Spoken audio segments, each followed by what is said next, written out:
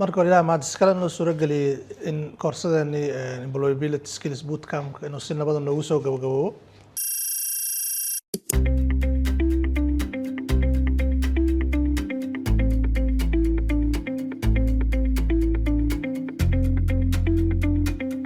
waxaan rabaa inaan ardayda u mahadceliyo u dhabar adeegtay in koorskan maalinta uu bilowday ilaa maalinta uu dhamaaday aad uga faa'iidaysatay.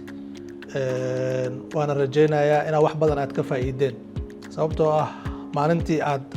ku soo biiraysay koorskan waxaa laga yaabaa wax badan inaadan ka fahansanin CV si loo qortaa maxaa la yiraahdaa cover letter maxaa la yiraahdaa interview see loo maraa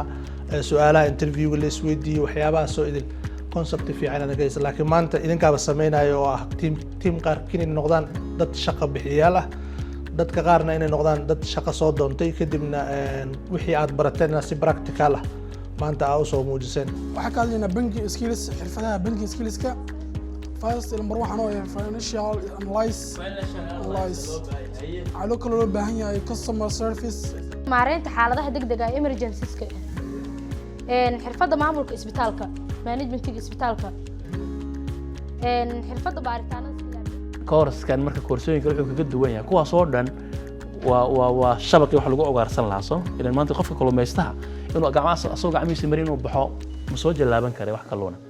laakiin wuxuu u baahan hadduu wato shabaqii hadduu wato waxa suuragal inuu soo jallaaban karay xirfaduhu marka waa maxay marka waa shabaqii lagu jallaaban lahaa shaqada waxa furo waa marka hawshan employability oo ah sideen shaqo ku raadsan karnaa horta inaad fahanto marka ugu horeyso aduu maxaa rabtaa antii intaana meeshaan imaanin ka hor waxa waaye waxyaabo badan waxa jiray iga maqnaay oo intii barnaamijkan uu socday aan ka faa'iiday waxaana kamid ahay sida CV loo diyaariyo sida maxaa la yiraahdaa shaqooyinka online-ka loo raadiyo barnaamijyada la xiriira shaqooyinkaas online-ka laga heli karo sida loo samaysto maxaa la yiraahdaa sida loogu diyaar garoobo ama loo diyaariyo interview-ga waxyaabaha looga baahan yahay qofka interview-gaasi gala inuu iska ilaaliyo waxyaabaha yani basic kale u ah waxyaabahaas oo dhan aan runtii ka faa'iiday.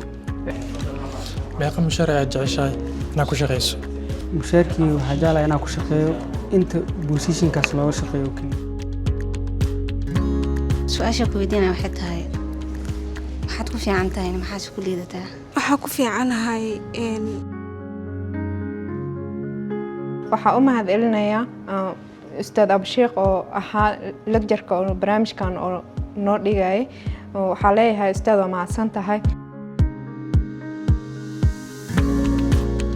sidoo kale waxaan rabaa si guud inaan ugu mahadceliyo innovationka centerka maxaa la yiraahdaa